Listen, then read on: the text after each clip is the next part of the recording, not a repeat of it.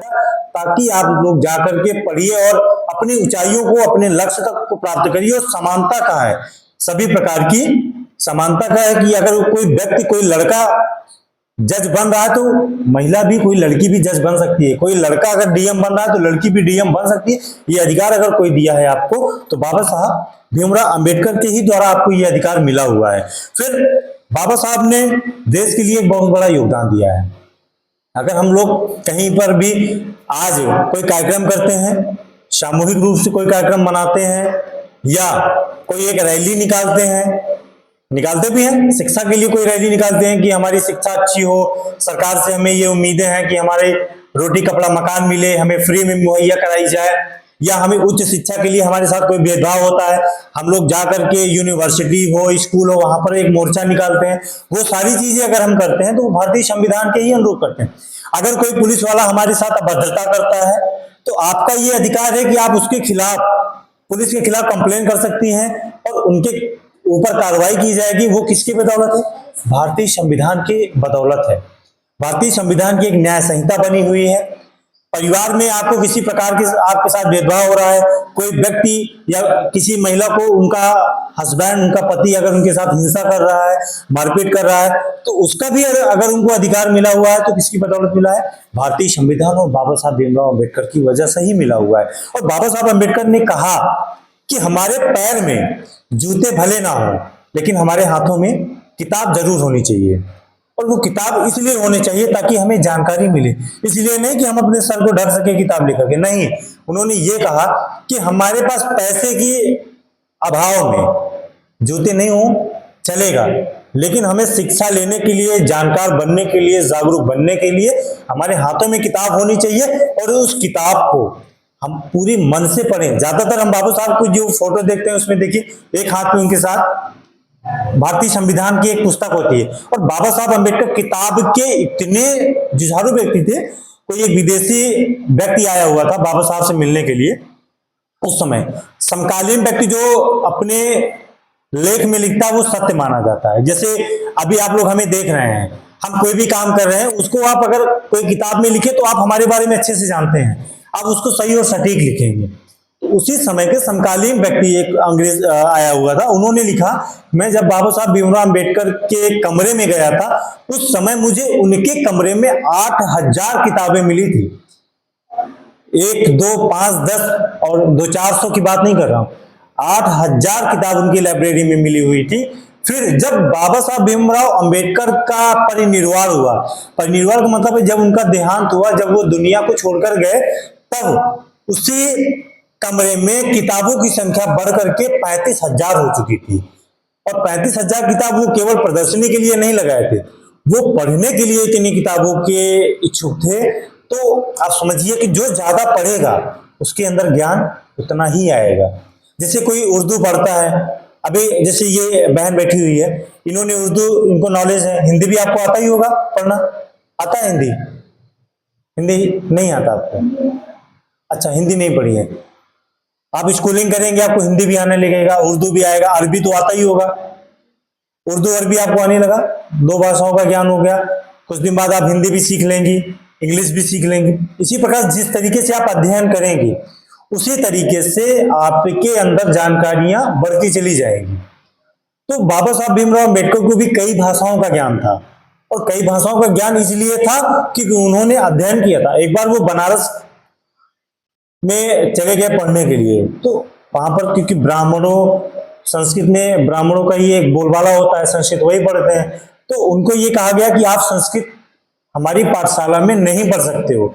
बाबा साहब अम्बेडकर ने दूर रह करके उन्होंने संस्कृत का ठीक ठाक जानकारी प्राप्त की और वो अकाट्य विद्वान माने गए संस्कृत के भी क्षेत्र में।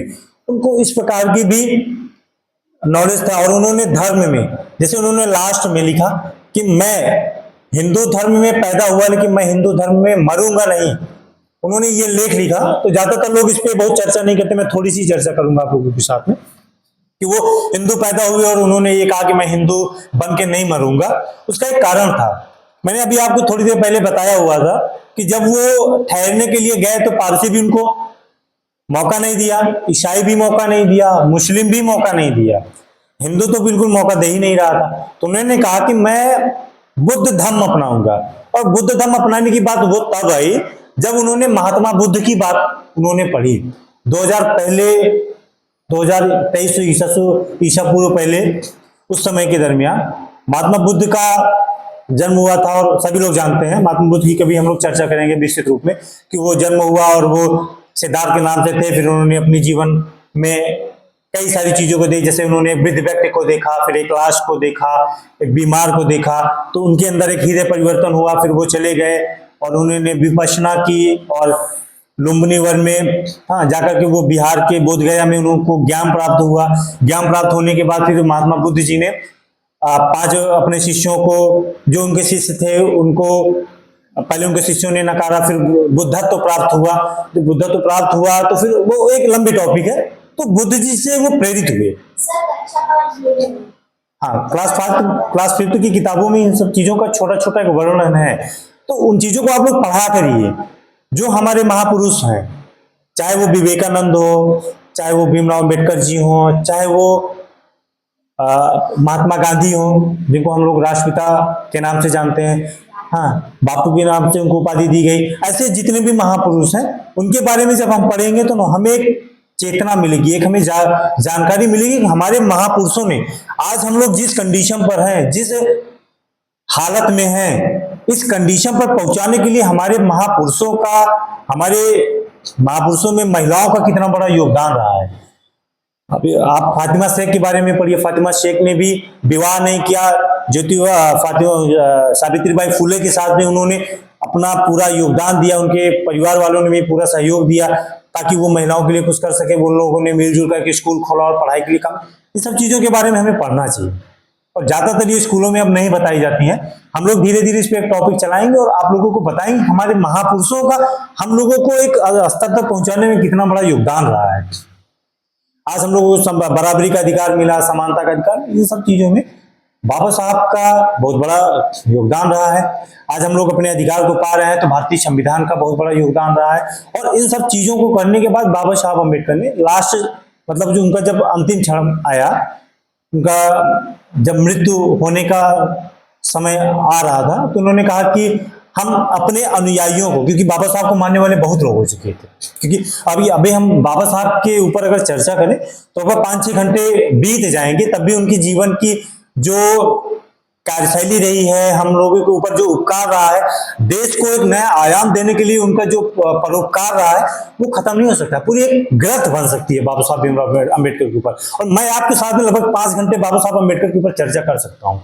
मैंने जो बाबा साहब अम्बेडकर के बारे में पढ़ा है, तो ये लेक्चर का अलग विषय है। आज बाबा साहब अम्बेडकर के इस जयंती के पावन अवसर पर हम लोग केवल ये चर्चा करने के लिए आप लोगों को बुलाए हुए थे, क्योंकि आज कई सारा कार्यक्रम मेरा भी लगा हुआ है, तो मुझे कई जगहों पर जाना भी है, इसलिए समय की बाध्यता है। तो बाबा साहब अम्बेडकर की एक जीवन शैली रही। फिर लास्ट में उन्होंने आखिरी में बुद्ध धर्म को अपनाया और लोगों को ये बताया कि मैं पैदा तो हिंदू धर्म में हुआ था, वो मेरे बस की बात नहीं थी, लेकिन मैं मर रहा हूं तो मैं बुद्ध धर्म को अपना कर मर रहा हूं, क्योंकि ये मेरे बस की बात थी। और मैं बुद्ध धर्म इसलिए अपना रहा हूं क्योंकि सभी धर्मों में मेरे साथ ये भेदभाव हुआ। तो वो बहुत पहले भी इन चीजों की, अभी एक वाक्य याद आया कि बहुत पहले भी इन चीजों में वो बदलाव चाहते थे। उसी दरमियान महात्मा गांधी जी भी थे, राष्ट्रपिता। महात्मा गांधी जी से भी उन्होंने ये चर्चा की कि मैं अभी अपने धर्म को बदलना चाह रहा हूं। तो महात्मा गांधी जी ने कहा कि ऐसा है अम्बेडकर जी, आप अभी धर्म को मत बदलिए, हम लोग मिल करके इस जो असमानता फैली हुई है, जो अस्पृश्यता फैली हुई है, इस पे हम लोग एक प्रयास करेंगे और एक बदलाव लाएंगे।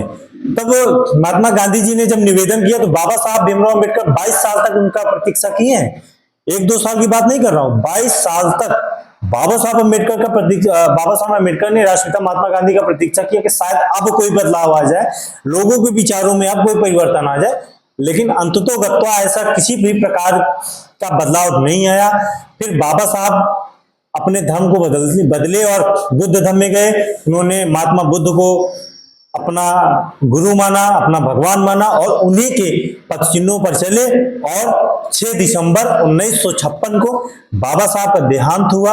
और बाबा साहब का देहांत होने के बाद उन्होंने अपना प्राण त्यागा। उसी के बीच में उन्होंने बहुत सारी किताबें लिखी, बहुत योग्यताएं ली, 35 डिग्रियां उनके पास थी और उन्होंने कई देशों घूमे। वो चाहते, वो इतनी डिग्री लेने के बाद वो फिर कहाँ है, अपने देश है। अगर वो चाहते इंग्लैंड में, अमेरिका में, लंदन में किसी भी एक बड़ी यूनिवर्सिटी में जाते, एज ए प्रोफेसर के रूप में वो नौकरी करते और ठीक ठाक लग्जरी जिंदगी जीते।